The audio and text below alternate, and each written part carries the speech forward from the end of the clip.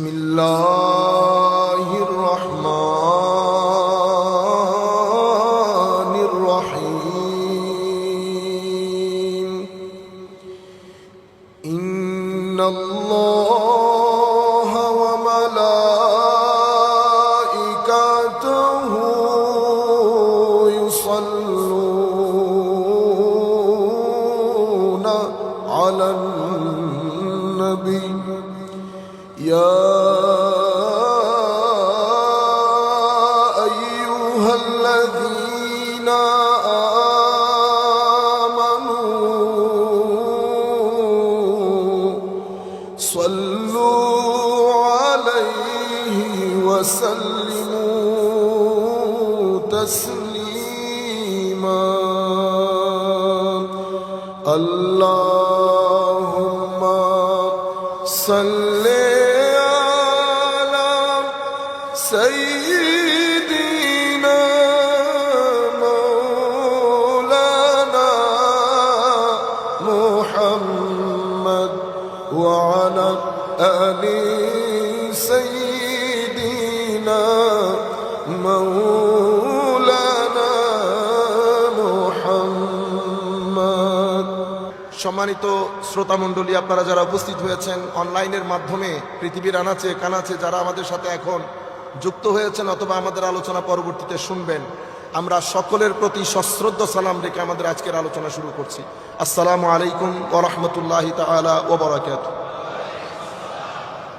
সম্মানিত উপস্থিতি, সময়ও নির্ধারিত, বিষয়বস্তুও নির্ধারিত।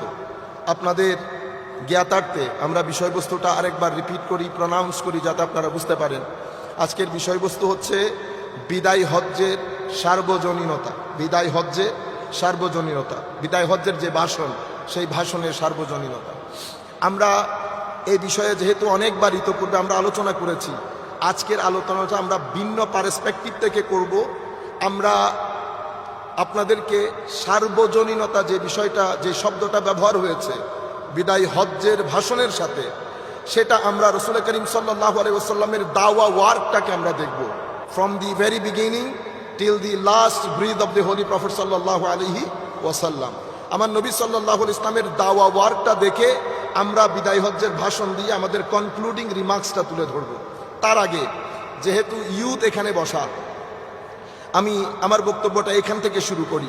সম্মানিত উপস্থিতি, মানুষের একটা কমন ফেনোমেনা হচ্ছে মানুষের সমাজ পরিবর্তনশীল। মানুষ খুব দ্রুত পরিবর্তন হয়।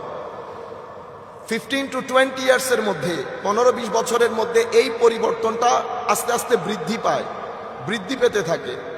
এক সময় 50 বছরের পর পরিবর্তনটা অনেক বেশি হয়ে যায়। আমরা 50 বছরে না যাই, 20 বছর পর্যন্ত সীমাবদ্ধ থাকি। এই যে 20 বছরের পরিবর্তন, এই পরিবর্তনটা মানুষের সামগ্রিক জীবনে হয়। এখানে আমাদের ছাত্র ভাইয়েরা রয়েছেন, বিশেষ করে আমি তাদের দিকে খেয়াল করে বলছি কথাগুলা। আমাদের চিন্তা চেতনায়, আমাদের লিখনীতে, আমাদের যুক্তি, আমাদের চিন্তাধারা, চিন্তার ধরন, গঠন, আকৃতি, প্রকৃতি, সামাজিক জীবন, রাজনৈতিক জীবন, অর্থনৈতিক জীবন, সামগ্রিক জীবনের মধ্যে একটা পরিবর্তন আসে প্রতি 20 বছর পর পর, এবং পরিবর্তনটা সামনের দিকে যেতে থাকে। এক সময় পরিবর্তনটা এত বেড়ে যায়, 100 বছর পর একজন মুজাদ্দিদের দরকার হয়।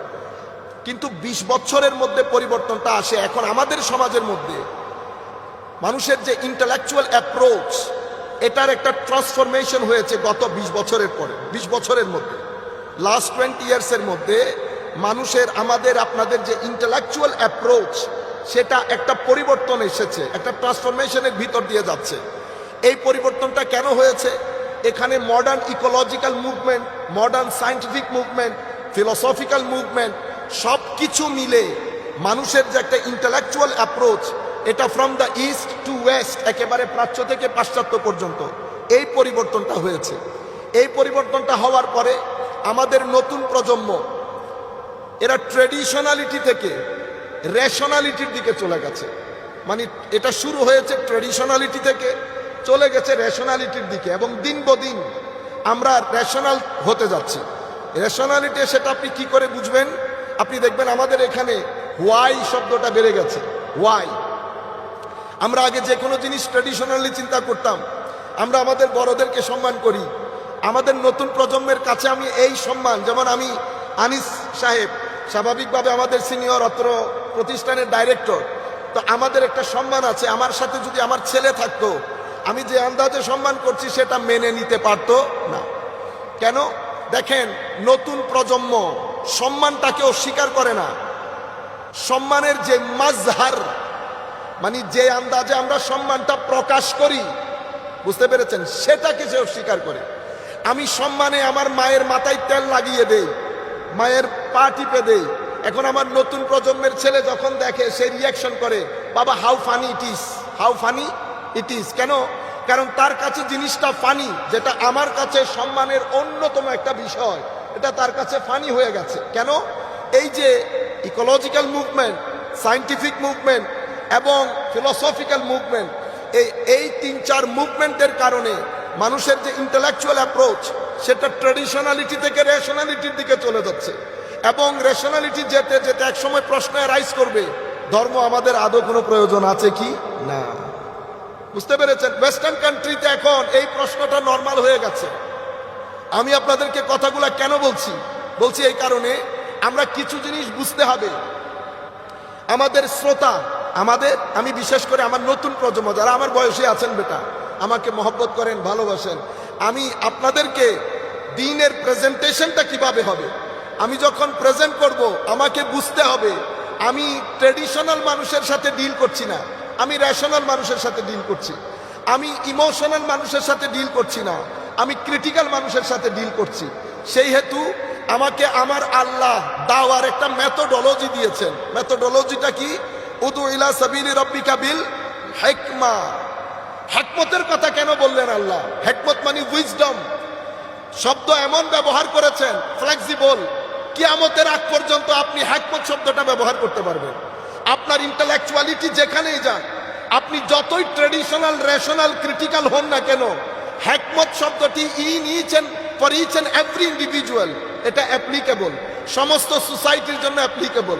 আমার আল্লাহ বলছেন, দ্বীনের দাওয়াত যখন দিবা, তো হিকমতের সাথে, উইজডমের সাথে, শ্রোতার ইন্টেলেকচুয়াল ডেভেলপমেন্ট মাথায় রেখে, সে কি পারসেপটিভ না কনসেপটিভ না ইমোশনাল, এই তাবৎ বিষয়গুলো মাথায় রেখে তুমি দিনটাকে প্রেজেন্ট করবা। এখন এরপরে দ্বিতীয় মেথোডোলজির দ্বিতীয় আর্টিকেল, সেটা কি?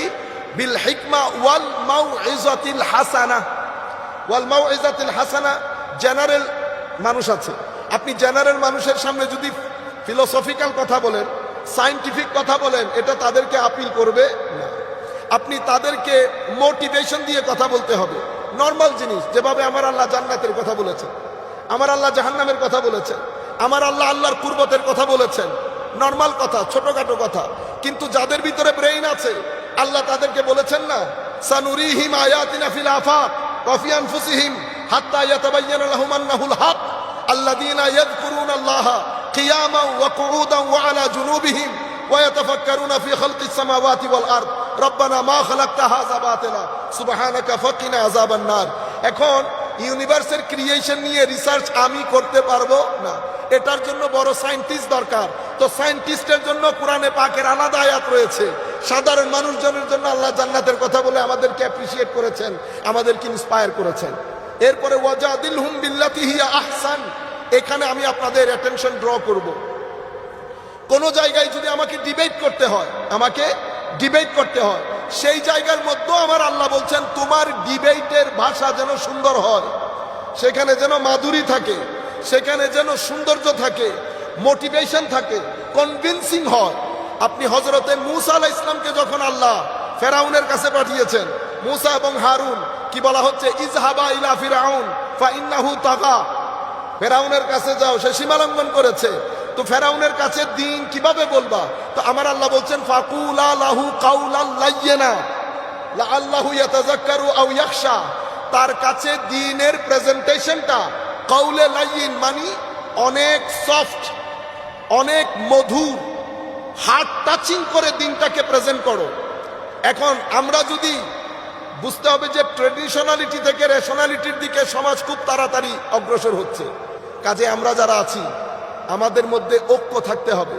আমরা একজন আরেকজনকে যদি কাফের মুশরিক বেদাতি বলি, তো সাধারণ যে শ্রোতা কলেজ বিশ্ববিদ্যালয়ে যাচ্ছে তারা ডিস্টার্বড হবে। তারা কি হবে? ডিস্টার্বড হবে। হেট্রেড, ঘৃণা ছড়ানো যাবে না। আপনি কি করবেন? আপনার কাছে আল্লাহ আপনার জিম্মাদারি দিয়েছেন দুইটা। আপনি কথা প্রেজেন্ট করবেন, সেই প্রেজেন্টেশনের মধ্যে দলিল থাকবে, মোটিভেশন থাকবে, বাকি আর কোনো কিছু থাকতে পারবে না। সেখানে আমার নফস থাকতে পারবে না, আমার জিতে যাওয়ার মুড থাকতে পারবে না। কেন? যদি নফস ঢুকে যায় আল্লাহ বের হয়ে যায়। যদি নফস ঢুকে যায় আল্লাহ বের হয়ে যায়। আমি আমার দায়িত্ব শুধু পৌঁছিয়ে দেওয়া, আপনাকে মানানো না। মানানোর দায়িত্ব আল্লাহ নিজের কুদরতের হাতে নিয়ে নিয়েছেন, এটা কারো হাতে দেন নাই। আপনারা বুঝতে পেরেছেন? তাহলে মাজহারে মহব্বতের কথা বলেছি। মহব্বত আপন জায়গায় আছে, মাজহারের মধ্যে ফারাক আছে। সাহাবায়ে কেরামের মহব্বতের মাজহার দেখেন নাই? সাহাবায়ে কেরাম আমার নবীকে মহব্বত করতেন না? মহব্বত করতেন না? মহব্বত না করে উপায় নাই। এটা আসলুল ইমান, রুকনুল ইমান। মাজহার কি ছিল? আমার নবীর থুতু মুবারক নিয়ে মুখে আর বুকে লাগানো। এটা in the history of mankind কোন প্রজা তাদের রাজার ক্ষেত্রে ভালোবাসার এই প্রকাশ দেখা নাই। নবী পাকের চুল মুবারক সংরক্ষণ করা, ঘাম মুবারককে আতর হিসেবে ব্যবহার করা, এটা হচ্ছে মাজহারে মোহাব্বত। মাজহারে মোহাব্বত। যাই হোক, আমি এমনিতে এটা প্রাইমারিলি আপনাদেরকে বললাম একটা সচেতনতা তৈরি করার জন্য। মনে রাখবেন, এই ক্ষেত্রে আমরা যদি আমাদের গবেষণার ক্ষেত্রে, লেখাপড়ার ক্ষেত্রে আমরা যদি শুধু ট্রেডিশনাল থেকে যাই, তাইলে আমি রেশনাল মার্কেটে আমার প্রোডাক্ট বিক্রি করতে পারবো না। আমাকে কি করতে হবে? রেশনাল বিষয়গুলো কিছুটা লেখাপড়া করতে হবে, তাহলে আমি রেশনাল মার্কেটে গিয়ে কথাবার্তা বলতে পারবো। বিদায় হজ্জের ভাষণ, বিদায় হজ্জের ভাষণ মানবতার ইতিহাসে সেদিন একটা ঈদের দিন, একটা খুশির দিন। সমাজের মধ্যে যারা অধিকার বঞ্চিত ছিল, সমাজের মধ্যে যাদের সমাজের মধ্যে হাহাকার ছিল, অধিকার বঞ্চিত, অপেক্ষাকৃত নিষ্পেষিত গরিব জনতার জন্য একটা ঈদের দিন, খুশির দিন ছিল। কেন? আমার নবী 23 বছরের তাবলীগে দ্বীনের পরে একেবারে শেষ সময়ে এসে পৃথিবীতে একটা নতুন ওয়ার্ল্ড অর্ডার ঘোষণা করেন বিদায় হজ দিয়ে, বিদায় হজ্জের ভাষণ দিয়ে। এটা পৃথিবীর একটা নতুন ওয়ার্ল্ড অর্ডার। আপনি মনে করতে পারেন a new world order in the history of mankind. এই ওয়ার্ল্ড অর্ডারের মধ্যে কিসের ভিত্তিতে? হিউম্যান রাইটসের উপর, ইকুয়ালিটির উপর, জাস্টিসের উপর, মানুষের মৌলিক অধিকারের উপর। হুজুর করিম সাল্লাল্লাহু আলাইহি ওয়াসাল্লাম অ্যানাউন্স করেছেন, পুরা বিশ্ববাসীর জন্য করেছেন। সেই জিনিসটাকে আমরা বুঝতে হলে আমরা আমার নবী সাল্লাল্লাহু আলাইহি ওয়াসাল্লামের তাবলীগের শুরুর দিক থেকে চলে যাই। সম্মানিত উপস্থিতি, মানুষ, আমরা এখানে যতগুলো মানুষ বসা, আমরা রঙের দিক থেকে ভিন্ন, চিন্তা চেতনার দিক থেকে ভিন্ন। পৃথিবীর মানুষ যদি ধরি, ধর্মের দিক থেকে, রেসের দিক থেকে, কালারের দিক থেকে, ল্যাঙ্গুয়েজের দিক থেকে, চিন্তা চেতনার দিক থেকে, সংস্কৃতির দিক থেকে, ট্রেডিশনের দিক থেকে, সকল দিক থেকে মানুষ ভিন্ন। মানুষ ভিন্ন। এই ভিন্ন ভিন্ন মানুষগুলোকে এক সুতোয় বাঁধার জন্য, এক সুতোতে বাঁধার জন্য, এই ভিন্ন ভিন্ন মানুষগুলোকে এক রাস্তায় নিয়ে যাওয়ার জন্য, এই ভিন্ন ভিন্ন মানুষগুলোকে আল্লাহর হেদায়েতের বাণী শোনানোর জন্য এমন একজনের দরকার ছিল যিনি এম্বডিমেন্ট অফ পিস হবেন। এম্বডিমেন্ট অফ পিস, আপাদ মস্তক যিনি রহমত হবেন, আমার আল্লাহ সেই কারণে আমার নবীকে প্রেরণ করেছেন। এবং আমার নবীর পুরা আমার নবীর যে পুরা স্ট্রাকচার, সেই স্ট্রাকচারের হেডলাইন বানিয়েছেন রহমাতুল্লিল আলামিন। কেন? কারণ রহমাতুল্লিল আলামিন ছাড়া এই ভিন্ন ভিন্ন মানুষগুলোকে একসাথে এনে নিজের লিডারশিপ প্রতিষ্ঠা করা এবং সকলের জন্য কাজ করা, সকলের কাছে হেদায়েতের বাণী পৌঁছিয়ে দেওয়া, এটা কোশ্চিনকালেও সম্ভব হতো। আমরা আমাদের একটা বাড়ির লোকজনকে একসাথে করতে পারি না। পারি? যারা বাড়ির লোকজনকে কোনো রকম ম্যানেজ করি, ওয়ার্ডের লোকগুলাকে ম্যানেজ করতে পারি না, গ্রামের লোক ম্যানেজ করতে পারি না। এখন এক নবী, উনি কোনো বাড়ির না, গ্রামের না, পুরা গোষ্ঠী, পুরা পৃথিবীর মানুষের জন্য, কালার ভিন্ন, ল্যাঙ্গুয়েজ ভিন্ন, মেন্টালিটি ভিন্ন, চিন্তাধারা ভিন্ন, সকল মানুষগুলোকে হুজুর করিম সাল্লাল্লাহু আলাইহি ওয়াসাল্লাম এক জায়গায় নিয়ে আসার জন্য আমার আল্লাহ বানিয়েছেন এবং বলেছেন ওয়ামা আরসালনাকা ইল্লা রাহমাতাল লিল আলামিন। এবং রহমাতুল লিল আলামিনের বিষয় আমার নবী সাল্লাল্লাহু আলাইহি ওয়াসাল্লামের অবস্থা দেখেন। একটা যুদ্ধের মধ্যে, জুহাইনা গোত্রের একটা যুদ্ধের মধ্যে হযরত মুসলমানদের সাথে যুদ্ধ হচ্ছে। তখন এক ব্যক্তি মুসলমান অনেক সাহাবায়ে কেরামকে কতল করেছে, হত্যা করেছে, শহীদ করেছে। এটা হযরত হারেসা দেখেছেন। এখন ওই ব্যক্তি যখন হযরত হারেসার হাতে কাছে আসলেন, উনি কতল করতে যাবেন, এমন সময় উনি লা ইলাহা ইল্লাল্লাহ কালমা পড়েছেন। ওনারা দুইজন ছিলেন, একজন আনসারী সাহাবী ছিলেন। কালমা পড়ার পরে আনসারী সাহাবী স্টেপ ডাউন করলেন যে আমি কালমা পড়ার পরে হত্যা করতে পারবো না। কিন্তু হযরত হারেসা বলছেন না, আমি করব কেন? আমি নিজের চোখে এই ব্যক্তি আমার অনেক ভাইকে হত্যা করতে দেখেছি, যুদ্ধের ময়দানে হত্যা হয়েছে। মদিনা শরীফে তারা পৌঁছার আগে খবর আমার নবীর দরবারে পৌঁছে গেছে। আমার নবীর দরবারে হারেসাকে ডাকা হলো, জিজ্ঞেস করা হলো তুমি কিভাবে একজনকে হত্যা করলা লা ইলাহা ইল্লাল্লাহর পরে? লা ইলাহা ইল্লাল্লাহ মুহাম্মদুর রাসূলুল্লাহ বলার পরে তুমি কি করে হত্যা করলা? তো উনি উনার যে ব্যাখ্যা বিশ্লেষণ, জবাবদিহিতা উনি দিচ্ছেন, ইয়া রাসূলুল্লাহ এই এই ঘটনা। আমার নবী বলছেন শুধু কথা একটা, কিভাবে তুমি লা ইলাহা ইল্লাল্লাহ মুহাম্মদুর রাসূলুল্লাহ বলার পরে তুমি তাকে হত্যা করলা? বলছি ইয়া রাসূলুল্লাহ উনি মুখ থেকে পড়েছেন। আমার নবী বলেছেন সিনা খুলে দেখেছো ভিতরে কি ছিল? তখন আমার নবী যখন বারবার বলছেন কিভাবে হত্যা করলা, কিভাবে হত্যা করলা, তখন হযরত হারেসা বলছেন আমার মন চাইছিল কাশ ওই দিনের পূর্বে আমি ইসলামই কবুল না করতাম, আমার জন্য ভালো ছিল। তখন উনি বলছেন ইয়া রাসূলুল্লাহ আমার জন্য দোয়া করেন, আল্লাহর দরবারে ইস্তেগফার করেন আমার জন্য। তখনও আমার নবী বলছেন কিভাবে হত্যা করলা। বুঝতে পেরেছেন? তাহলে মেসেজ কি? মেসেজ হচ্ছে উনি হত্যা করার জন্য আসেন নাই। যদি হত্যা করার জন্য আসতেন, পৃথিবীর চার্টারের মধ্যে যখন যুদ্ধবন্দীদেরকে হত্যা করা হতো এবং যুদ্ধের মধ্যে নির্বিচারে হত্যা করা হতো, সেই সময়ের মধ্যে আমার নবী যখন বাধ্য হয়েছেন যুদ্ধ করতে, সাহাবায়ে কেরামকে ডেকে বলছেন আমার সাহাবায়ে কেরাম, কোন শিশু হত্যা করা যাবে না, নারী হত্যা করা যাবে না, বৃদ্ধ মানুষ হত্যা করা যাবে না, শস্যক্ষেত্র জ্বালিয়ে দেওয়া যাবে না, কোন সিনাগগ নন মুসলিমের কোন উপাসনালয় ধ্বংস করে দেওয়া যাবে না, কোন শস্যক্ষেত্র রেসিডেন্সিয়াল এরিয়া জ্বালিয়ে দেওয়া যাবে না। তো ইয়া রাসূলুল্লাহ হত্যা কাকে করব? যারা যুদ্ধের ময়দানে non combatant should not be killed. You can only kill and deal with those who are combatant in the battlefield. যারা যুদ্ধের ময়দানে তোমাদেরকে হত্যা করতে এসেছে, যুদ্ধ করছে, তাদেরকে ছাড়া বাকি কাউকে টাচ করা যাবে। সেই কারণে আমার নবী সাল্লাল্লাহু আলাইহি ওয়াসাল্লামকে যখন মুনাফিকদেরকে বদদুয়া দিতে বলা হলো, আমার নবী বলছেন আমি লাআন হিসাবে আল্লাহ আমাকে প্রেরণ করেন নাই। আমি টোটাল কথাগুলো ইসলামের মেসেজটা বুঝার জন্য আমার নবী সাল্লাল্লাহু আলাইহি ওয়াসাল্লামকে কি জন্য প্রেরণ করেছেন আল্লাহ, মেসেজটা কেমন ছিল, সম্পর্ক কেমন ছিল। ইহুদির লাশ যাচ্ছে, আমার নবী দাঁড়িয়ে গেছেন। সাহাবায়ে কেরাম জিজ্ঞেস করলেন ইয়া রাসূলুল্লাহ ইহুদির লাশ? আমার নবী বলেছেন মানুষ না, ও কি মানুষ না? রাহমাতুল লিল আলামিন। আমার নবীর দরবারে ভিক্ষা করার জন্য, সাহায্যের জন্য শুধু মুসলমান আসতো না, নন মুসলিমও আমার নবীর দরবারে ভিক্ষার জন্য আসতেন। আমার নবীকে অজুর পানি দিতেন একটা ইহুদির ছেলে। ইমাম আহমদ ইবনে হাম্বল ওনার মুসনাদের মধ্যে রওয়ায়াতটা এনেছেন, আমাদের সহিহ হাদিসের কিতাবের মধ্যে রওয়ায়াত এসেছে। আমার নবী কি বলেছেন? তুমি ইহুদির ছেলে, ইউ শুড গেট লস্ট।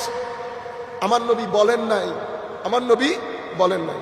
তাহলে আমরা মেসেজটা বুঝার জন্য, এই মেসেজের মধ্যে যে একটা সার্বজনীনতা শুরু থেকে ছিল, আমি একটার পর একটা আপনাদেরকে বলে যাব। পুরা বিষয়টা তুলে ধরার পরে আমরা বিদায় হজ্জের ভাষণের মধ্যে আসব। সম্মানিত উপস্থিতি, পুরা মেসেজটা বুঝার জন্য আপনি যদি দ্বীন শব্দের অর্থের দিকে যান, তো দ্বীন ইসলামের যে মেসেজ, এটা ইজিলি আপনি বুঝতে পারবেন। একটা সিভিল সোসাইটি তৈরি করার জন্য একটা আইন লাগে, একটা প্রশাসন লাগে, আইনের সুষ্ঠু প্রয়োগ লাগে, জবাবদিহিতা লাগে। এটার মাধ্যমে একটা সিভিল সোসাইটি তৈরি হয়। আমাদের ধর্মের নাম দ্বীন, আমাদের ধর্মের নাম ইন্না দীনা ইনদাল্লাহিল ইসলাম। তো দ্বীন শব্দের অর্থ কোরআনে পাকের মধ্যে অনেক অর্থে ব্যবহৃত হয়েছে, সেদিকে গেলে আরেকটা দরজা খুলে যাবে। সব আমাদের সাবজেক্ট নির্ধারিত, আমরা শুধু আমাদের রেলেভেন্স অংশটুকু নেব। দ্বীন মালিকি ইয়াউমিদ দ্বীন, এখানে দ্বীন শব্দের অর্থ অ্যাকাউন্টেবিলিটি। অ্যাকাউন্টেবিলিটি, আপনি যাই করেন ইউ আর অ্যাকাউন্টেবল। আপনি এখানে যা মন চাই করতে পারবেন না। একটা সিভিল সোসাইটির মধ্যে you are accountable, you can not do anything you want, you are not allowed. আপনি যা মন চাই করতে পারবেন না। তো দ্বীনের একটা অর্থ কি? অ্যাকাউন্টেবিলিটি, জবাবদিহিতা। সেজন্য কিয়ামতের দিনকে জবাবদিহিতার দিন বলে, মালিকি ইয়াউমিদ দ্বীন। দ্বীনের আরেকটা অংশ লাকুম দীনুকুম ওয়ালিয়া দীন, মানে হচ্ছে সামগ্রিক জীবন ব্যবস্থা। একটা দেশের আইনের মধ্যে আপনার জীবনে যা কিছু প্রয়োজন সব কিছুর বিধান তৈরি করে। তো এখানে আমার দ্বীনের মধ্যে সামগ্রিক জীবন ব্যবস্থা রয়েছে। আর কোরআনে পাকের মধ্যে এই দ্বীন শব্দটি আরেক জায়গায় ল অফ অ্যান্ড অথরিটি অর্থে ব্যবহৃত হয়েছে। যেমন আলা দীনিল মালিক, আলা দীনিল মালিক ইউসুফ আলাইহিস ইসলামের ওই রাজার ক্ষেত্রে ব্যবহৃত হয়েছে। তার মানে এখানে একটা আইন আছে, সে আইন মানতে হবে, সেটার একটা জবাবদিহিতা আছে। তাহলে সিভিল সোসাইটি তৈরির জন্য যেই যেই ইনগ্রেডিয়েন্টগুলো দরকার, সেই ইনগ্রেডিয়েন্টগুলো দ্বীন শব্দের ভিতরেই আছে। সেই কারণে এখন একটা বড় ইন্টারেস্টিং কথা আপনারা বুঝতে পারবেন। এই কারণে আমার নবী ইয়াসরিবে যখন পদার্পণ করলেন, ইয়াসরিবে আমার নবী কদম রাখার দের, ইয়াসরিব দ্বীনের সাথে নিসবত হওয়ার কারণে মাদিনা হয়ে যায়। ইয়াস আল্লাহ,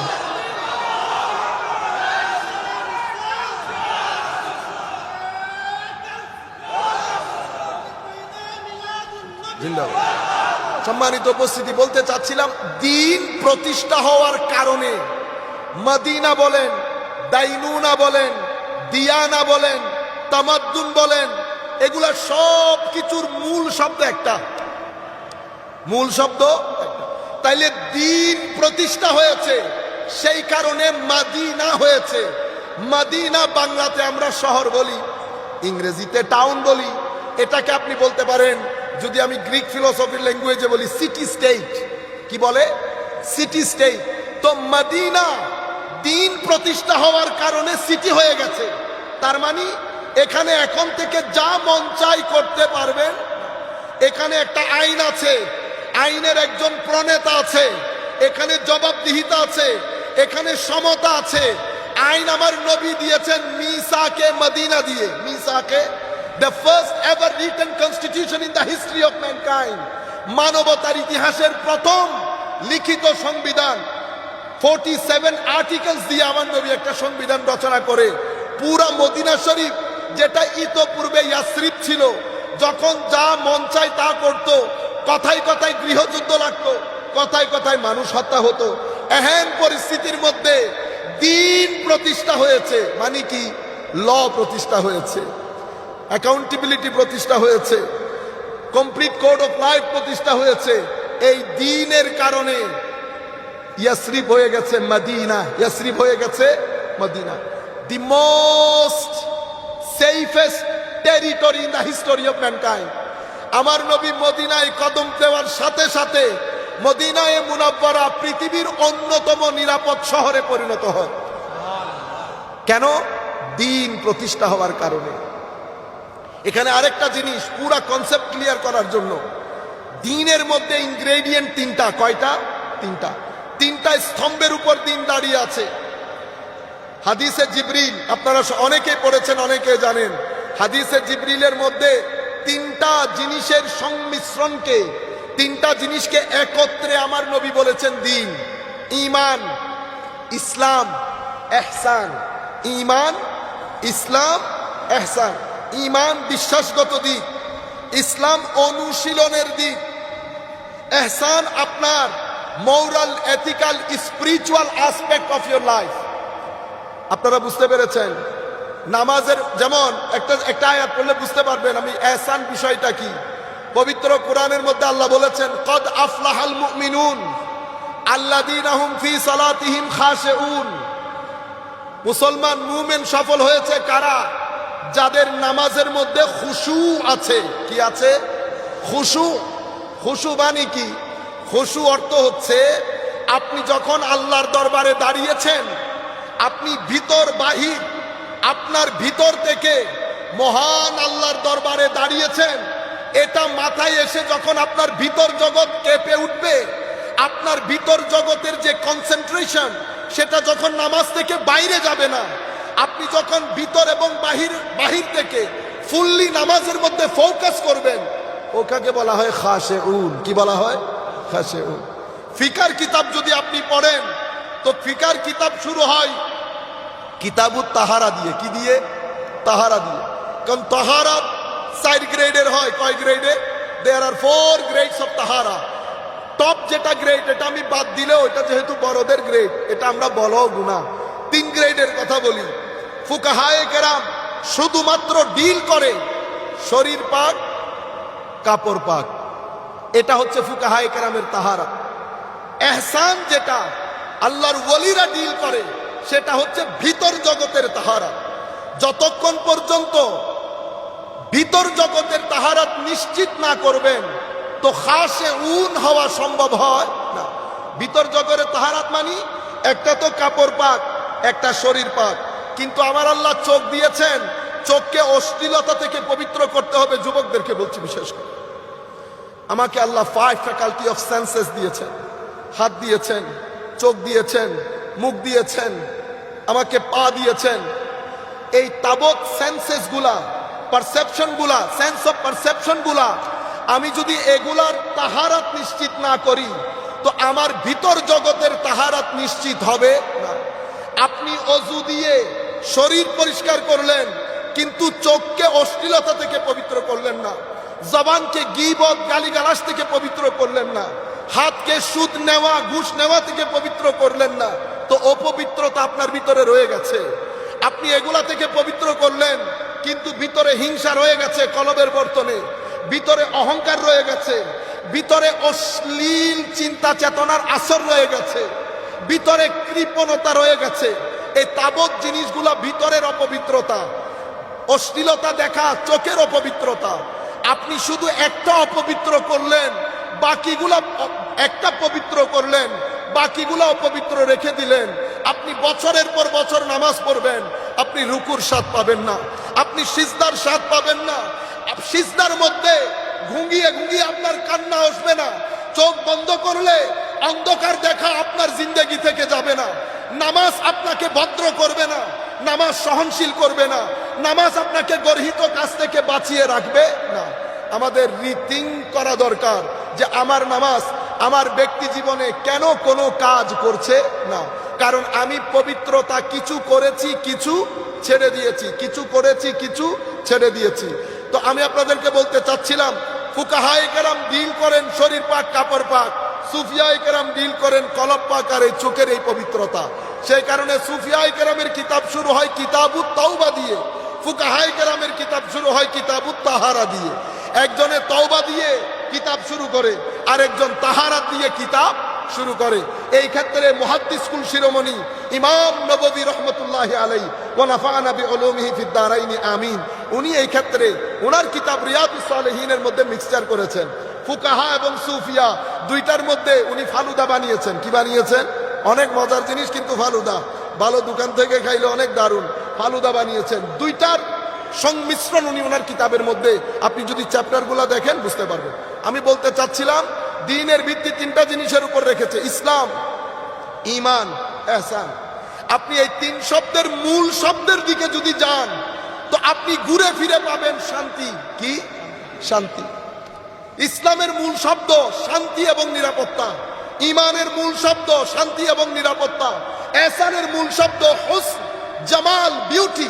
আপনি পুরা দ্বীনের কনসেপ্ট, দ্বীনের মেসেজ, পুরা বিষয়গুলা যদি আপনি যাচ পড়তাল করেন তিন শব্দের মূল শব্দগুলো আপনাকে বলে দিবে আপনার দিন কি চায়, আপনার দিন কি চায়। আমি আপনাদেরকে এই জিনিসগুলো মানে আপনার দিন পুরা কনসেপ্টটা যখন আপনার বুঝে আসবে, এখন আপনি দেখেন আমার নবী কোন ধরনের সোসাইটি প্রতিষ্ঠা করতে চেয়েছিলেন এবং মানুষগুলো কেমন চেয়েছিলেন আমার নবী সাল্লাল্লাহু আলাইহি ওয়াসাল্লাম।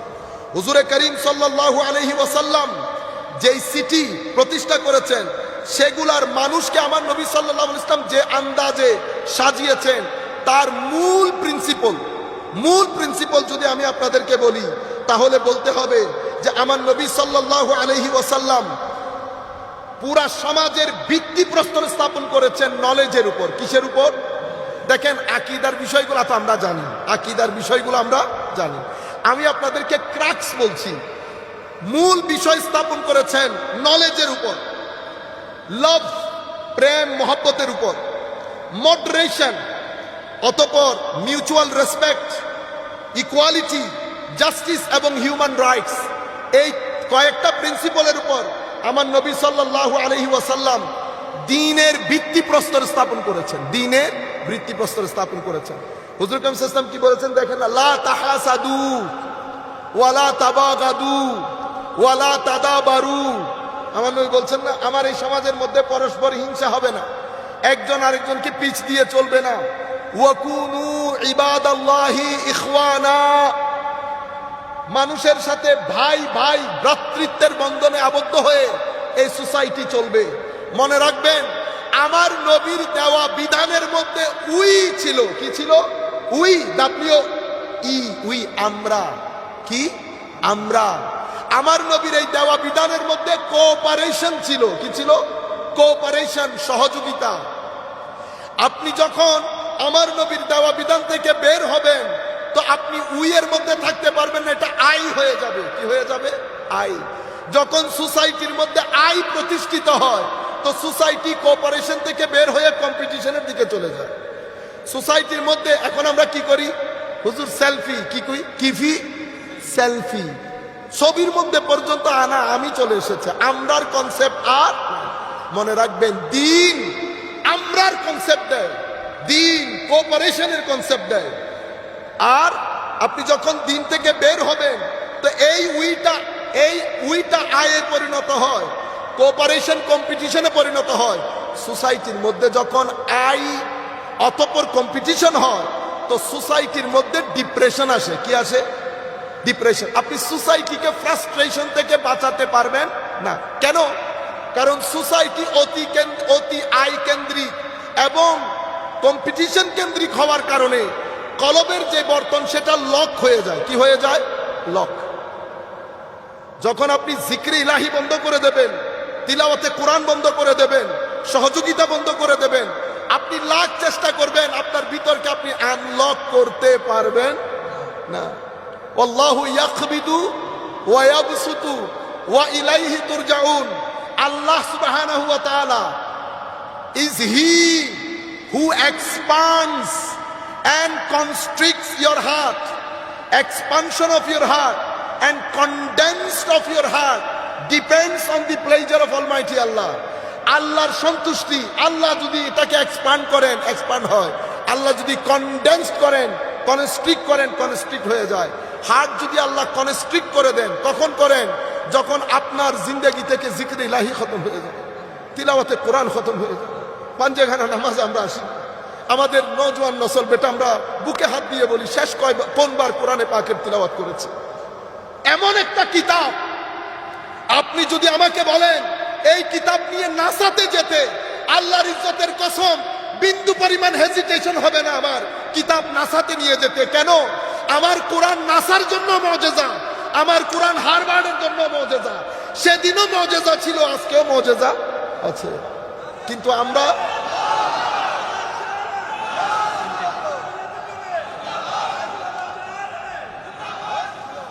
এখন কোরআনের মেসেজ বুঝবো দূরের কথা, কোরআন পড়াই ছেড়ে দিয়েছে।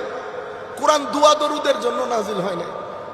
কোরআন অন্তত যেই ব্যক্তি রীতিমতো কোরআন পড়বে তার জিন্দেগিতে, তার পরিবারের জিন্দেগিতে ডিপ্রেশন আসবে না। কেন? এটা আল্লাহর গ্যারেন্টি। আমার আল্লাহ বলছেন কদ জাআতকুম মাউইযাতুম মির রাব্বিকুম ওয়া শিফাউন লিমা ফিস সুদূর ওয়া হুদাও ওয়া রাহমাতাল লিল মুমিনিন। কোরআন আপনার ভিতরের জন্য শেফা।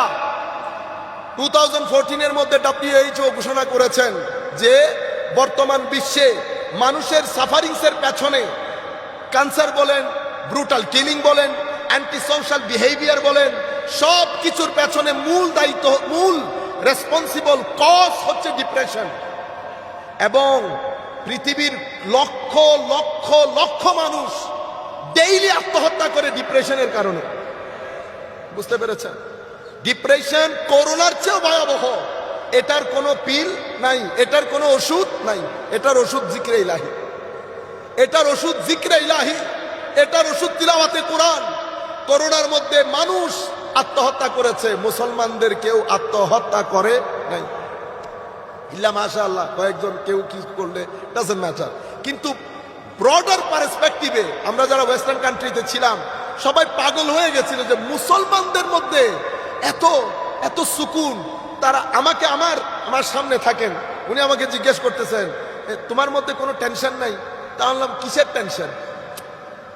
এই যে সারাদিন ঘরে বসে থাকো, আল্লাহ মওলার ইচ্ছা, আল্লাহর ইচ্ছা। তো উনি আমাকে বলতেছেন শেষে অনেকক্ষণ কথা বলার পর বলতেছেন, said your religion is really amazing. তোমার ধর্মটা আসলে অ্যামেজিং।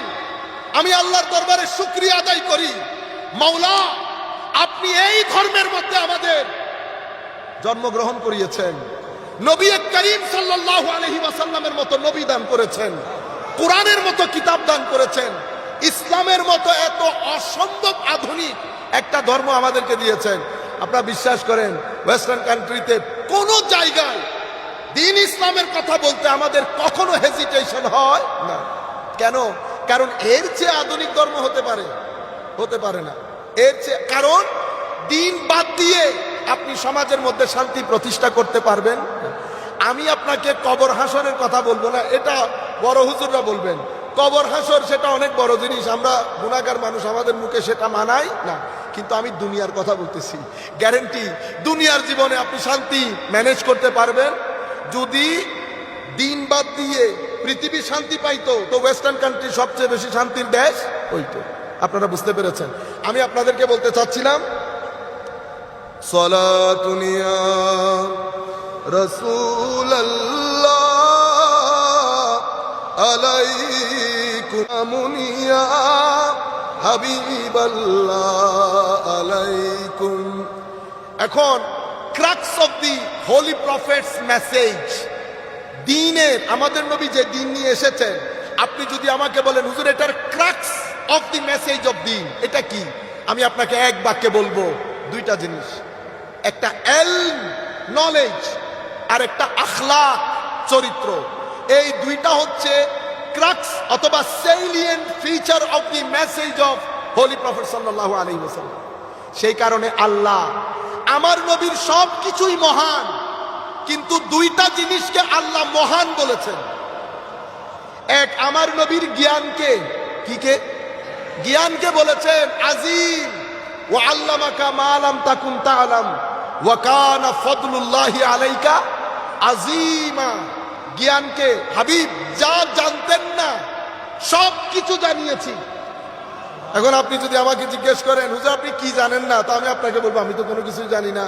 আমি আসমান, জমিন, জমিনের ভিতরে কি আছে, আসমানের উপরে কি আছে, আরশ, কুরসি, লৌহ, কলম, সমুদ্র, সমুদ্রের ভিতরে, আমি তো কোনো কিছুই জানি না। ইউনিভার্স, কোনো কিছুই জানি না। তো আমি তো আমার নবীকে আল্লাহ বলছেন ও আল্লামাকা মা লাম তাকুন তা'লাম, যা জানতেন না সবকিছু জানানো হয়েছে। এরপরে আমার আল্লাহ নিজে অ্যাপ্রিসিয়েট করছেন ওয়া কানা ফাদলুল্লাহি আলাইকা আজিমা। এল, দ্বিতীয় আখলাক চরিত্র, যেটা আমাদের মধ্যে নাই। ওয়া ইন্নাকা লা আলা খুলুকিন আযীম। আমার নবীর আখলাক, আমার নবীর এলম, এই দুইটা জিনিসকে আল্লাহ আজিম বলেছেন। হুজুর কারীম সাল্লাল্লাহু আলাইহি ওয়াসাল্লামের দ্বীনের যদি লুব্বে লুবাব, যেটা সামারাইজ করতে বলেন, দুইটা জিনিস আমি বলবো, একটা চরিত্র আর একটা জ্ঞান। সেই কারণে আপনি যদি দেখেন দ্বীনের প্রথম বাণী কুল হুয়াল্লাহু আহাদ ছিল না, কি ছিল? ইকরা বিসমি রাব্বিকাল্লাযী খালাক খালাকাল ইনসানা মিন আলাক। আমি এখানে একটা ইন্টারেস্টিং কথা বলি আপনাদেরকে। আলাক শব্দটি মানে হচ্ছে ঝুলানো মাংস, বুঝতে পেরেছেন? এখন মডার্ন সায়েন্স বলছে মায়ের পেটের দ্বিতীয় স্টেজে সন্তান দেখতে জোকের মতো লাগে। জোক, জোক চিনেন আপনারা? লিচ, যেটা আপনি গ্রামে গঞ্জে, আমরা যারা গ্রামে থাকি, রক্ত চোষা রক্ত খায়। আজীব বিষয়, কোরআন এটাকে বলে এজাজুল কোরআন। কোরআনের সেলিয়েন্ট ফিচার দেখেন। আলাক শব্দের লিসানুল আরবের মধ্যে আপনি পাবেন আলাক শব্দের একটা অর্থ হচ্ছে জোক। বিজ্ঞান লাখ চেষ্টা করেও কোরআন থেকে বের হতে পারছে না। তো বলতে চাচ্ছিলাম ইকরা বিসমি রাব্বিকাল্লাযী খালাক খালাকাল ইনসানা মিন আলাক। আবার ইকরা ওয়া রাব্বুকাল আকরাম আল্লাযী আল্লামা বিল কালাম। ইকরা আসছে, ইলম আসছে, কলম আসছে। আমার নবী প্রথম ওহীর দিন উম্মতকে ডাইরেকশন দিচ্ছেন যে যেই জামানা আসতেছে এটা কলমের জামানা, এটা ইলমের জামানা, এটা ইকরার জামানা। তুমি যদি এই তিনটা জিনিস রেখে দাও তো কোরআনকে মুজিজা হিসেবে সমাজের মধ্যে প্রেজেন্ট করতে পারবে না। তুমি যদি সমাজের মধ্যে নিজের অস্তিত্বের জানান দিতে চাও, তিনটা জিনিস তোমার সাথে রাখবা, ইকরা, ইলম এবং কলম। আর যদি তুমি এটাকে এফেক্টিভ বানাতে চাও, রাতের সিজদা দিবা। আরো এফেক্টিভ বানাতে চাইলে আমি নবীর আখলাককে ধারণ করে সিবগাতুল্লাহর রূপ ধারণ করবা।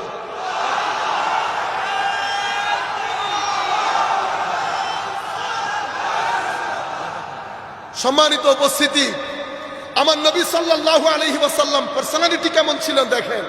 মানুষ আসতো দূর দূরান্ত থেকে, কেউ রাগ নিয়ে, কেউ ক্ষোভ নিয়ে, কেউ হিংসা নিয়ে, কেউ বিদ্বেষ নিয়ে। নবীর পার্সোনালিটি, নবীর পাশে বসছে, আমার নবীর চেহারা মুবারক দেখে 50% গলে গেছে। আমার নবী যেই একটু মুস্কি হাসি দিত, আমার নবীর দাঁত মুবারক গিলে দিয়ে খিলখিল করে নূর বের হতো, সেই ব্যক্তি ওই মুহূর্তের মধ্যেই গলে যেত। আমার নবী জবান দিয়ে আর কথা বলতে হতো না। সেই কারণে বায়ান দুই ধরনের হয়। কয় ধরনের? কারণ নবীদেরকে ওমা আরসালনামির রাসূল ইল্লা বিলিসানি কওমিহি লিয়ুবাইয়িনা লাহুম, নবীদেরকে স্ব জাতির ভাষা দিয়ে পাঠানো হয়েছে কি করার জন্য? দ্বীন বায়ান করার জন্য। তো ইয়া রাসূলুল্লাহ, আপনি চলে গেলে বায়ান কে করবে? আমার উম্মতের আলেমরা করবে। উম্মতের আলেম তিন ধরনের, আসহাবুর রিওয়ায়া, আসহাবুদ দিরায়া, আসহাবুল মুজাহাদা ওয়াল মুশাহাদা। বায়ান দুই ধরনের হয়, একটা বায়ানে কালি আর একটা বায়ানে হালি। বায়ানে কালি আমরা যারা নামাজ দোয়া সিজদা নাই তারা করি, জবান দিয়ে বলতে বলতে বলতে হঠাৎ করে একটা মানুষ নামাজে যায়, একটা মানুষ নামাজে যায়। কেন আমার ভাইরা? একটা হচ্ছে ভিতরে নূর রেখে চোখ দিয়ে দেখে জবান দিয়ে কথা বলা। যখন কারো ভিতরে কোনো মানুষ, আল্লাহর কোনো আলেমে রাব্বানি যারা, তারা কি করেন? শরীর পবিত্র করেন, কাপড় পবিত্র করেন, চোখ, হাত, নাক, গলা এগুলা পবিত্র করেন, অতঃপর কলবের বর্তন পবিত্র করেন।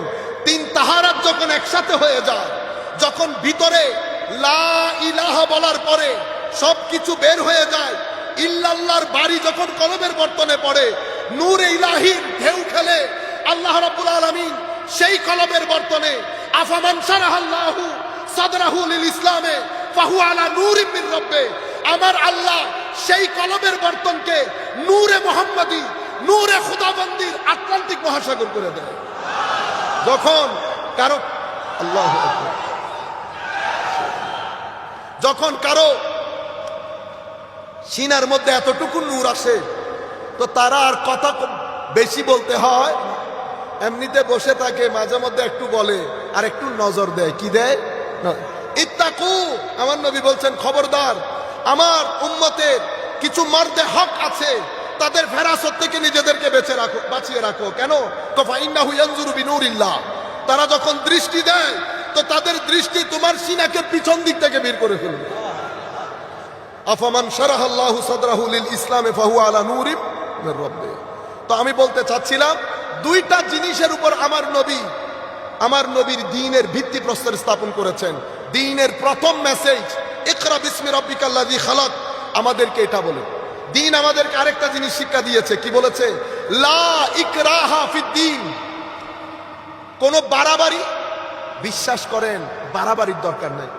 আমার নবীর যে আখলাক, এটা যদি আপনি ইভেন ওয়েস্টার্ন কান্ট্রিতে, হুজুর আমরা যদি আমার নবীর দেয়া বিধানের 30% মানতে পারতাম তো তাবলীগ করতে হতো না। ওয়েস্টার্ন কান্ট্রির লোক এমনিতে মুসলমান হয়ে যেত। দলে দলে মুসলমান যেভাবে হয় ওয়েস্টার্ন যুবক যুবতীরা। কিন্তু দুঃখের বিষয় হচ্ছে একটা প্রশ্ন আমাকে বারবার কনফিউজ করে। আমি প্রত্যেককে জিজ্ঞেস করি, দিন কবুল করার পরে কেন কবুল করেছেন? আপনি বিশ্বাস করবেন, একেবারে আপনি যদি বলেন হুজুর পার্সেন্টেজ করে বলেন, আমি বলবো 99% উত্তর ছিল শান্তির জন্য। কিসের জন্য? ঈমানকে ঈমান কেন বলা হয়? ঈমান থেকে, আমন মানে শান্তি, নিরাপত্তা। তো শান্তি এবং নিরাপত্তার সাথে ঈমানের সম্পর্ক কি? ঈমানের সম্পর্ক হচ্ছে আমার ভাইরা, কিছু প্রশ্ন সেদিন থেকে আজকের দিন পর্যন্ত মানুষকে ডিস্টার্ব করে। শেষ পর্যন্ত এই প্রশ্নগুলা নিয়ে মানুষ আত্মহত্যা পর্যন্ত করে। ওয়েস্টার্ন কান্ট্রিতে এই আত্মহত্যা করার লোক অনেক বেশি। সেটা কি? আমি কেন এসেছি, কোথায় যাব, কে পাঠিয়েছেন, মারা যাওয়ার পরে কি হয়, আমার ভিতরে কি আছে যেটা বের হয়ে গেলে আমি নিস্তব্ধ হয়ে যাই। আমি আমার মাকে কবর দিয়েছি, আমার মার সাথে কি আমার আর দেখা হবে না? কেন দেখা হবে না? উনি কি বের হয়ে যাওয়ার কারণে উনি স্তব্ধ হয়ে গেলেন? যেটা বের হয়ে গেছে সেটা কোথায় থাকে, সেটার সাথে আমার সম্পর্ক কি? যিনি বানিয়েছেন উনার সাথে আমার সম্পর্ক কি? উনি কোথায় থাকেন, উনাকে কোথায় পাবো? এর পরবর্তীতে ভালো কি, মন্দ কি, ইউনিভার্স কি, আমি কোথায় আছি, তাবৎ প্রশ্নগুলো সেদিনও মানুষকে ডিস্টার্ব করেছে, আজকেও মানুষকে ডিস্টার্ব করে। আপনি প্রশ্নগুলো থালিতে নিয়ে নাসাতে গেলেন, নাসা বলছে আমি ফিজিক্যাল সায়েন্সের লোক, মেটাফিজিক্স আমি ডিল করি না। হার্ভার্ডে যান, অক্সফোর্ডে যান। পৃথিবী যখন স্তব্ধ হয়ে গেছে তখন মসজিদ থেকে ইমাম ডাক দিয়েছে, রব্বানা ইন্নানা সামি'না মুনাদিয়ান ইউনাদি লিল ঈমান আন আমিনু বিরাব্বিকুম ফাআমান্না রব্বানা ফাগফির লানা যুনুবানা ওয়া কাফির আন্না সাইয়্যাতিনা ওয়া তাওয়াফফানা মাআল আবরার। দিন ডাক দিয়েছে, কুল্লু নাফসিন যায়িকাতুল মাউত। দিন ডাক দিয়ে আপনাকে পাশে বসিয়ে আপনার প্রত্যেকটা প্রশ্নের স্যাটিসফ্যাক্টরি আনসার দ্বীনের পক্ষ থেকে গেছে। এই প্রশ্নগুলোর মাধ্যমে মানুষের অন্তরে প্রশান্তি আসে, মানুষ শান্তি হয়। সেই কারণে ঈমান থেকে, আমন মানে নিরাপত্তা, এই নিরাপত্তা, এই প্রশান্তির কারণে ঈমানকে কি বলে? ঈমান বলে। আপনি বুঝতে পেরেছেন? কিন্তু আমরা এখানে থাকি বিদায় অনেক জিনিস আমরা জানি না।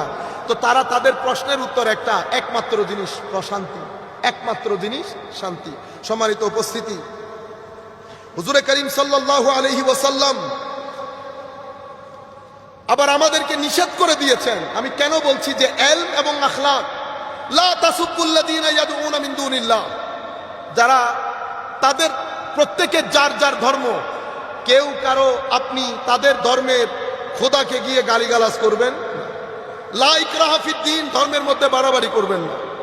লা ইয়ানহাকুমুল্লাহ, আমার আল্লাহ বলছেন যারা তোমাদেরকে রাষ্ট্র থেকে বের করে দিয়েছে, তোমাদের উপর জুলুম করেছে, তারা ছাড়া বাকি সবার সাথে আনতাবার রুহুম ওয়া তুকসিতু ইলাইহিম, তাদের সাথে সদ্ব্যবহার করবা, জাস্টিস প্রতিষ্ঠা করবা। ইন্নাল্লাহা ইউহিব্বুল মুকসিতিন। আপনারা বুঝতে পেরেছেন পুরা কনসেপ্টটা? এর পরবর্তীতে আপনি যদি বদরের যুদ্ধের দিকে তাকান, আজীব, আমার নবী বদরের যুদ্ধে যুদ্ধবন্দী হয়েছে, মুসলমানরা জিতে গেছে। কশ্চিন কালেও কেউ বিশ্বাস করে নাই মুসলমানরা এভাবে জিতে যাবে। মুসলমানরা জিতলো, যুদ্ধবন্দী হলো। যুদ্ধবন্দীর আইন ছিল হত্যা করা, মানে all the war prisoner has to be killed, end of the story. কিন্তু আমার নবী সাল্লাল্লাহু আলাইহি ওয়াসাল্লাম, আমা আরসালনাকা ইল্লা রাহমাতাল লিল, আমার নবী প্রথম যুদ্ধবন্দীদের জন্য অ্যামেন্ডমেন্ট করলেন ইন্টারন্যাশনাল লর মধ্যে, আন্তর্জাতিক যুদ্ধবন্দী আইনে প্রথম অ্যামেন্ডমেন্ট আমার নবী রহমাতুল লিল আলামিনের করা সাল্লাল্লাহু আলাইহি ওয়াসাল্লাম। বলেছে না হত্যা হবে না। আমার নবী বলছে তোমাদের মধ্যে কেউ যদি ব্লাড মানি দিতে পারো টাকা দিয়ে দিও। রাষ্ট্রের তো কোনো টাকা নাই, রাষ্ট্রের টাকার প্রয়োজন। এখন রাষ্ট্র ইচ্ছে করলে এদেরকে নিয়েও যেতে পারবে না, খাওয়াইতে পারাইতে তো হবে। আমার নবী সাল্লাল্লাহু আলাইহি ওয়াসাল্লাম গোলাম বানানোর কথা বলেছেন, কিন্তু গোলামের জন্য শর্ত যেটা দিয়েছেন সেটা হলে আর গোলাম থাকে, তুমি যা খাবে তা খাওয়াবে, যা পড়বে তা পড়াবে, সাধ্যের বাইরে কষ্ট দেবে না। নাম গোলাম থাকলেও ইন এফেক্ট গোলাম নাই। আমার নবী সাল্লাল্লাহু আলাইহি ইসলাম যেটা বলতে চাচ্ছি, কুরাইশের ওই কাফেরদের মানুষজনকে ডেকে বললেন, তোমাদের মধ্যে যারা শিক্ষিত তারা যদি আমার মদিনার 10 জন বাচ্চাকে শিক্ষিত করতে পারো, এটা তোমাদের মুক্তিপণ। আপনি এই বিষয়টাকে পৃথিবীর হিস্ট্রির প্রথম লিটারেসি মুভমেন্ট বলতে পারেন। প্রথম লিটারেসি মুভমেন্ট, শিক্ষার জন্য আন্দোলন প্রথম আমার নবী করেছেন। তো বোঝা যায় না। আমি এখন জাফর বিন আবি তালেব, জাফর ইবনে আবি তালেব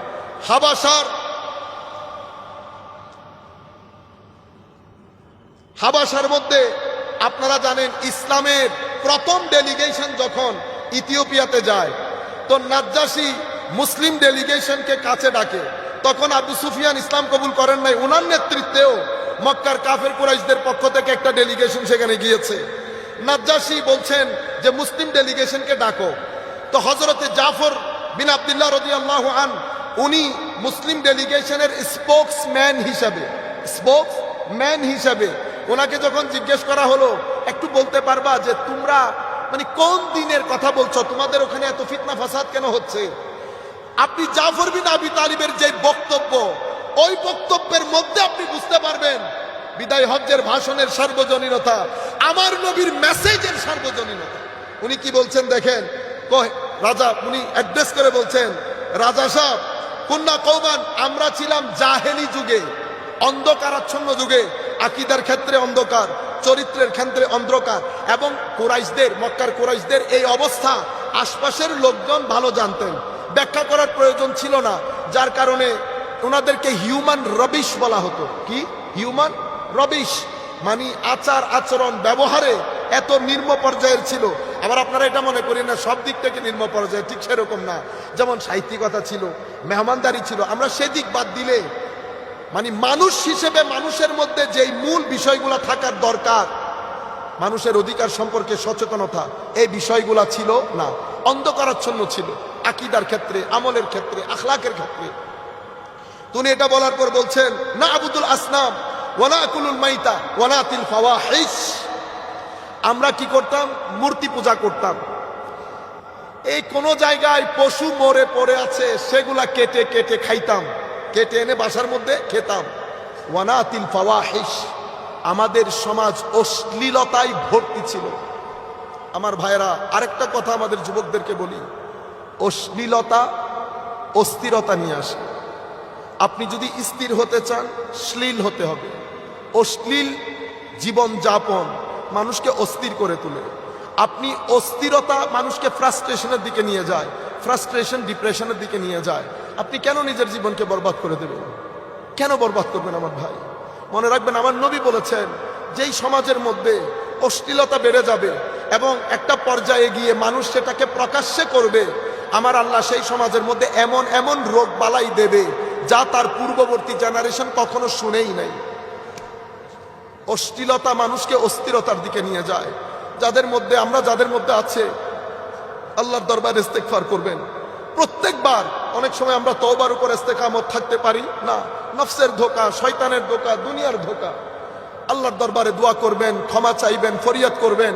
100 বার যদি আপনার থেকে এই ভুল হয়ে যায়, 100 বার আল্লাহর দরবারে তওবা করবেন, আমার আল্লাহ গ্যারান্টির সাথে আপনাকে ক্ষমা করে দেবে। বান্দা যখন গুনাহ করে আল্লাহর দরবারে হাত তুলে, আমার আল্লাহর রহমতের সাগরের মধ্যে ঢেউ এসে যায়। আমার আল্লাহ তো সেই দিন ফেরাউনকেও ক্ষমা করে দিত, ওই খবিস যদি সেই দিন ক্ষমা চাইতো। আমার আল্লাহ অতটুকুন পর্যন্ত, সে কারণে বলছে না, কুল ইয়া ইবাদিয়াল্লাযীনা আসরাফু আলা আনফুসিহিম, যারা সীমালঙ্ঘন করেছো নিজেদের উপর, তোমরা ক্ষমা চাইতে দ্বিধাবোধ করবা না। আমার আল্লাহ গুনাহকারীকে না, তওবা যারা করে না তাদেরকে জালেম বলেছেন। ওয়ামান লাম ইয়াতুব ফাউলাইকা হুমুজ জালিমুন, তো যারা গুনাহ করার পর তওবা করে নাই তারাই জালেম। কেমন আল্লাহ? ক্ষমা করে দেওয়ার জন্য কিভাবে উদ্গ্রীব থাকে দেখেন। বান্দা গুনাহ করবে, আমার আল্লাহ নবী বলছেন হাদিসে পাকের মধ্যে, তোমরা গুনাহ করে যদি তওবা না করতা বা গুনাহ বন্ধ করে দিতা, আমার আল্লাহ তোমাদেরকে সরিয়ে আরেকটা প্রজন্ম এনে দিতেন যারা গুনাহ করতো, আল্লাহর দরবারে তওবা করতো। আমার ভাইয়েরা, আমরা ফেরেশতা না, আমরা গুনাহ করব। নফসের ধোঁকা আছে, শয়তানের ধোঁকা আছে, ইস্তেকামত থাকে না, করে ফেলি গুনাহ। আল্লাহর দরবারে ক্ষমা চাইবেন, তবে কিছু গুনাহ থেকে নিজেকে বাঁচিয়ে রাখবেন। খবরদার মানুষের উপর জুলুম করবেন না, মানুষের উপর মানুষকে ঠকাবেন না, মানুষের হক নষ্ট করবেন না। এই গুনাহগুলা যদি আপনি করেন, আমার নবী হাদিসে পাকের মধ্যে বলেছেন লা ইয়াতরুকুহুল্লাহু শাইআ। জুলুম তিন ধরনের হয়। এক ধরনের আল্লাহ ক্ষমা করেন না, সেটা শিরকের জুলম। আরেক ধরনের আল্লাহ ছেড়ে দেন না, অনেক বড় কথা। লা ইয়াতরুকুহুল্লাহু শাইআ, আল্লাহ সেই জালেমকে ছেড়ে দেন না। আমার আল্লাহ যখন ছেড়ে দেন না, তো দুনিয়ার জমিনও জলিল করে, কবরের মধ্যেও সেই ব্যক্তি জলিল হয়। কাজেই আমরা যেন মানুষ ঠকানি বন্ধ করে দেই, আমরা যেন মানুষের উপর জুলুম না করি, কেউ যেন আমাদের মাধ্যমে কষ্ট না পায়। জবানের হেফাজত করবেন। সম্মানিত উপস্থিতি, জাফর বিন আবি তালিব বলছেন, আমরা অশ্লীলতার মধ্যে ছিলাম। এমন অবস্থার মধ্যে কি করতাম দেখেন, ওয়ানাক্তাউল আরহাম, দ্বীনের মেসেজ দেখেন। আমরা অশ্লীলতার সাথে ছিলাম, আমরা আত্মীয়তার সম্পর্কগুলো ছিন্ন করতাম কথায় কথায়, যে কোনো একটা পারপাজে। আমরা এখন আত্মীয়তার সম্পর্ক ছিন্ন করি না। বোনের সম্পর্ক দিতে, বোনের সম্পদ দিতে হবে বিদায়, বাবার এতেকালের পরে বোনের সাথে আসা যাওয়া তো বন্ধ করি, টেলিফোনও বন্ধ করে দেই, আবার যদি তাই কিছু। আমার ভাইয়েরা, মানুষের হক যদি আপনি খান, আমি লিখে দিয়ে যাচ্ছি, হুজুররা উপস্থিত আছেন, 3 জেনারেশন কষ্ট পাবে। 3 generation, your 3 generations is going to be suffer, আপনি যদি কোনো মানুষের হক খান। সম্মানিত উপস্থিতি, এর পরবর্তীতে আমরা প্রতিবেশীকে কষ্ট দিতাম। আপনি দেখছেন দ্বীনের মেসেজ কি বোঝাচ্ছে। প্রতিবেশীকে কষ্ট দিতাম, আত্মীয়তার সম্পর্ক ছিন্ন করতাম, অশ্লীল কর্মকাণ্ডের মধ্যে ছিলাম। এর পরবর্তীতে আমাদের মধ্যে যারা শক্তিশালী, প্রভাবশালী, তারা গরিবের উপর জুলুম করতাম। পুরা দ্বীনের মেসেজ এসে যাচ্ছে। এমন অবস্থার মধ্যে ওয়ায়াকুলু আল কাবিয়্যু মিন্নাদ দাঈফ ফাকানা আলা যালিকা হাত্তা বাআসাল্লাহু ইলাইনা রাসূলা। আমরা এই অবস্থার মধ্যে যখন আত্মীয়তার সম্পর্ক ছিন্ন, প্রতিবেশীর হক আদায় করতাম না, আমরা অশ্লীলতার মধ্যে নিমজ্জিত ছিলাম, আমাদের মধ্যে প্রভাবশালী গ্রুপ অপেক্ষাকৃত দুর্বল এবং অধিকার বঞ্চিত শ্রেণীর উপর জুলুম করত। এমন অবস্থা যখন চলছিল, মাওলাই করিম আমাদের মধ্য থেকে একজনকে রসুল হিসেবে প্রেরণ করেন। তার পরিবার, তার রক্ত, তার পারিবারিক ঐতিহ্য, তার সত্যবাদিতা, তার ন্যায়পরায়ণতা, তার পবিত্রতা, তার সৌন্দর্য, তার সামগ্রিক বিষয় পুরা এলাকার মধ্যে প্রসিদ্ধ, পুরা এলাকার মধ্যে প্রসিদ্ধ।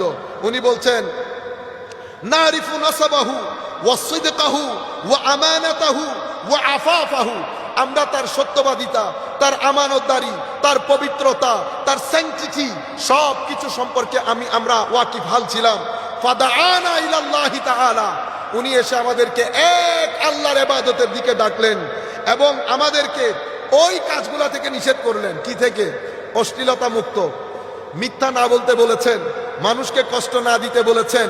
এই এতক্ষণ পর্যন্ত আমি যেগুলো আপনাদেরকে বলে এসেছি, আমার নবী ওই মেসেজ হাবাসার নাজ্জাশীর দরবারে হযরত জাফর বিন আবি তালিব তুলে ধরেছে। সালাতুনিয়া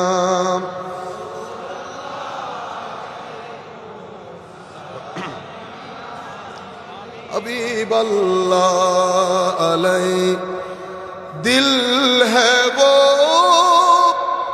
दिल जो तेरे यादों से मामूर रहा,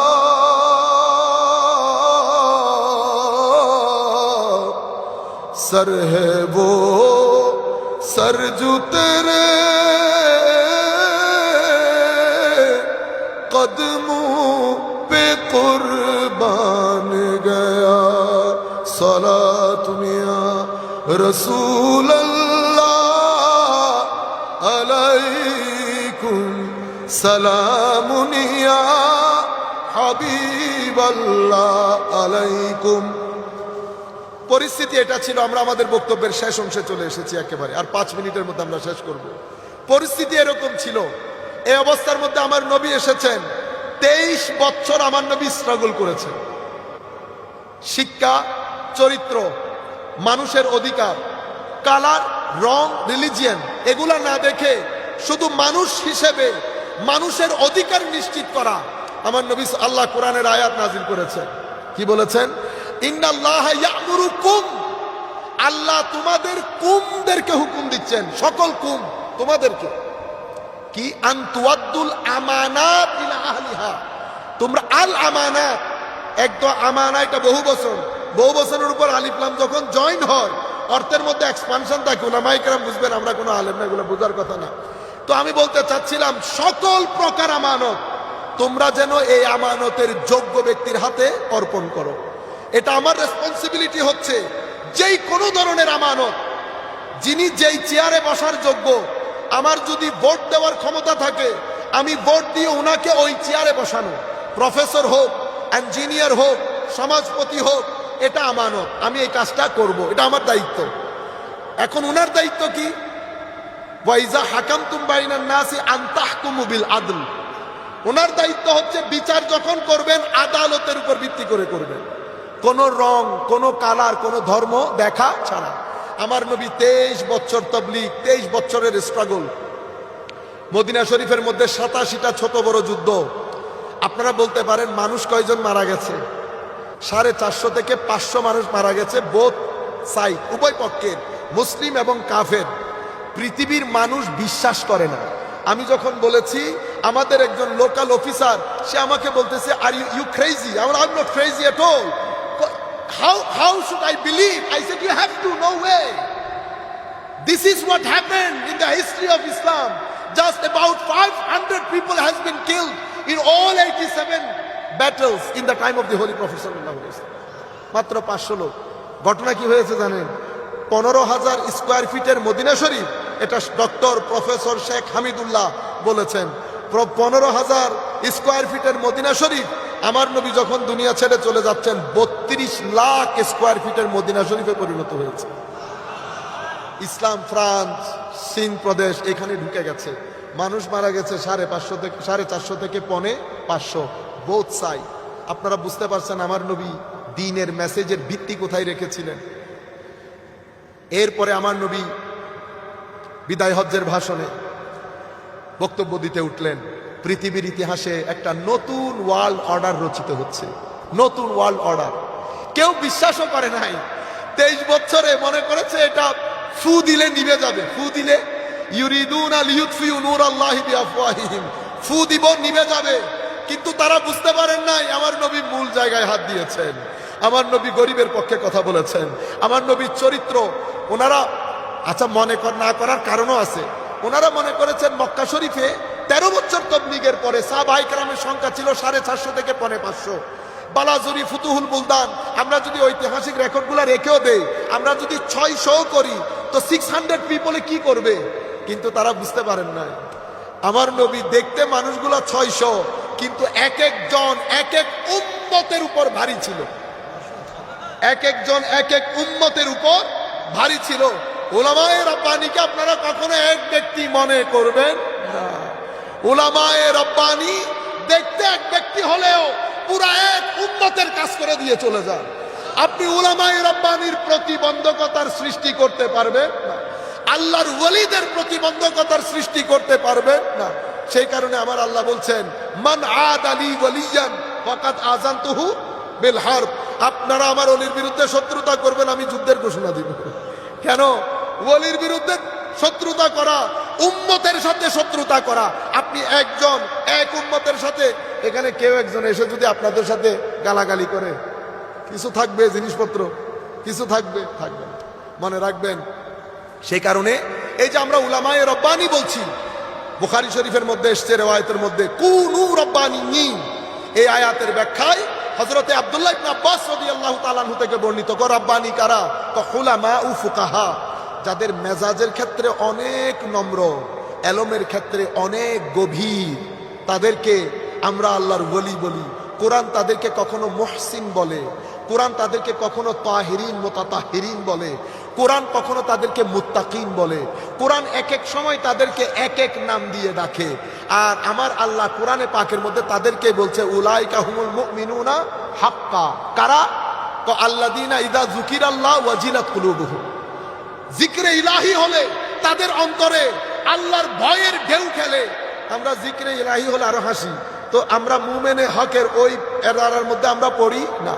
আল্লাহর ওলিদের কথা বলছেন, ওয়া ইযা তুলিয়াত আলাইহিম যাদাতুহুম ঈমানা ওয়া আলা রাব্বিহিম ইয়াতাওয়াক্কালুন। বুঝতে পেরেছেন? যাই হোক, এই মহিন্দ্রক্ষণ আমার নবী বিদায় হজ্জের ভাষণ দেওয়ার জন্য দাঁড়িয়েছেন। দাঁড়িয়ে আমার নবী এখন ইয়া আইয়ুহান নাস, পুরা পৃথিবী ধ্বনিত প্রতিধ্বনিত হচ্ছে। 23 বছরের মাথায় এটা কোন ধরনের আওয়াজ? আমার নবী আরাফার ময়দানে দাঁড়িয়ে কুল কায়নাতকে এলান করছেন, ইয়া আইয়ুহান নাস, হে মানুষ, আজকে থেকে জুলম, অত্যাচার, ইনইকুয়ালিটি, ইনজাস্টিস যেই সমাজগুলো এগুলোর উপর বেস করে প্রতিষ্ঠিত হয়েছে, আমি আমার পায়ের নিচে দিয়ে সেই সমাজ ব্যবস্থাকে আমি পদধূলিত করে দিলাম। আজকে পৃথিবীর ইতিহাসের সভ্যতার নতুন সূর্যের উদয় হচ্ছে। আমার নবী এলান করলেন, এই নিউ ওয়ার্ল্ড অর্ডারের মধ্যে কোন মানুষকে তার রং, তার কালার, তার ধর্মকর্ম, তার বংশ পরিচয় দিয়ে বিচার করা হবে না। কোন এক্সপ্লয়টেটিভ সিস্টেম, কোন ডিসক্রিমিনেটরি সিস্টেম আমার এই নতুন ওয়ার্ল্ড অর্ডারের মধ্যে চলবে না। প্রত্যেক মানুষ আদমের সন্তান, আদমের সন্তান হিসেবে প্রত্যেকের জন্য সমান অধিকার। আমার নবী সাল্লাল্লাহু আলাইহি ওয়াসাল্লাম একটার পর একটা ঘোষণা দিলেন। এরপরে বলেছেন, এক্সপ্লয়টেটিভ, আমার সমাজের মধ্যে মহাজনী যে সুদ প্রথা ছিল, যেটা আমার সমাজের গরিব মানুষকে নিষ্পেষিত করেছে, আমি আজকে এই ময়দানে দাঁড়িয়ে পৃথিবীর মানুষকে অ্যাড্রেস করে বললাম, সেই মহাজনী সুদ প্রথার সিস্টেম আমি আমার কদমে, তাহতা কাদামি হাজা, এই কদমের নিচে দিয়ে এটাকে পদদলিত করে দিলাম। আমি প্রথমে আমার পরিবারের সুদ প্রথা বন্ধ করে মূল নিয়ে আজকের পর থেকে মহাজনী সুদ প্রথাকে ব্যান ঘোষণা করলাম। আমার নবী ঘোষণা করলেন যে ইয়েতিম যারা তাদের কোনো সম্পদ কোনো মানুষ কোনোভাবে অন্যায়ভাবে আহরণ করতে পারবে না। নতুন ওয়ার্ল্ড অর্ডারে আপনারা নিজেদের মেয়েদেরকে কবরস্থ করা তো দূরের কথা, মনে রাখবেন হে মানুষ, তোমাদের উপর মহিলার অধিকার, মহিলাদের উপরও তোমাদের অধিকার রয়েছে। মনে রাখবা, আল্লাহ রাসূলের নাম নিয়ে তোমরা তাদেরকে গ্রহণ করেছো, তোমরা তাদের উপর অত্যাচার জুলুম করবা না। মহিলাদেরকে বলেছে, খবরদার অশ্লীলতার বাজার গরম করে দিও না। তোমার স্বামী অপছন্দ করে এমন কাউকে তুমি তোমার ঘরে আসতে দিও না। কেন? কারণ এই আসতে দেওয়ার মাধ্যমে ডাউট তৈরি হবে, ডাউট তোমার স্বামীকে কনফিউজ করবে, কনফিউশন তোমাদের পরিবারকে ব্রেকডাউনের দিকে নিয়ে যাবে। পরিবার যদি ব্রোকেন হয়, সমাজের মধ্যে অস্থিরতা তৈরি হবে। আমার সমাজের মধ্যে আমি এই অস্থির পরিবেশ হতে দেব না। নতুন ওয়ার্ল্ড অর্ডার ঘোষণা করে অনেক, এটাই এভাবে আমার নবী সাল্লাল্লাহু আলাইহি ওয়াসাল্লাম শ্রমিকের অধিকার নিয়ে কথা বলেছেন। আমার নবী বলেছেন, ঘাম ঝরার আগে যার যার টাকা তাকে পাই পাই করে বুঝিয়ে দাও, যেন এখানে কোনো ধরনের খলত মলত না হয়ে যায়। সম্পত্তি বন্টনের ক্ষেত্রে তোমার কোন ছেলে বেশি পাওয়ারফুল, কোনটা কম পাওয়ারফুল, এগুলা দেখবা না। কোরআনের মধ্যে সম্পত্তি বন্টন প্রক্রিয়া আছে, প্রত্যেক ধর্মের মধ্যে সম্পত্তি বন্টন ক্রিয়া আছে। কোরআনের বন্টন ক্রিয়া অনুযায়ী তোমরা সে আন্দাজে বন্টন করবা, সম্পত্তি বন্টন করতে যেন আমানতের খেয়ানত না হয়। আমার নবী এই যে কথাগুলো বলছেন, আমি মাত্র 5-6টা আর্টিকেল আপনাদেরকে বললাম, যেই কোনো সভ্য সমাজের জন্য এই 5-6 আর্টিকেল আপনি মনে করতে পারেন important ingredient of A civil society. সেই কারণে বলা হয়, বিদায় হজ্জের ভাষণ শুধু মুসলমানদের জন্য না, এটা পুরা পৃথিবীর জন্য। এটার একটা সার্বজনীনতা আছে, যেই কোনো মানুষ চাইলে এটা গ্রহণ করতে পারে একটা সভ্য সমাজ প্রতিষ্ঠার জন্য। সময় অনেক নিয়েছি, আমাকে যে সময়টুকু দিয়ে দেওয়া হয়েছে তার চেয়ে 5-10 মিনিট বেড়ে গেছে। আমি এখানে শেষ করছি। ওয়ামা আলাইনাল বালাগুল মুবিন। আসসালামু আলাইকুম ওয়া রাহমাতুল্লাহি তাআলা ওয়া বারাকাতুহু।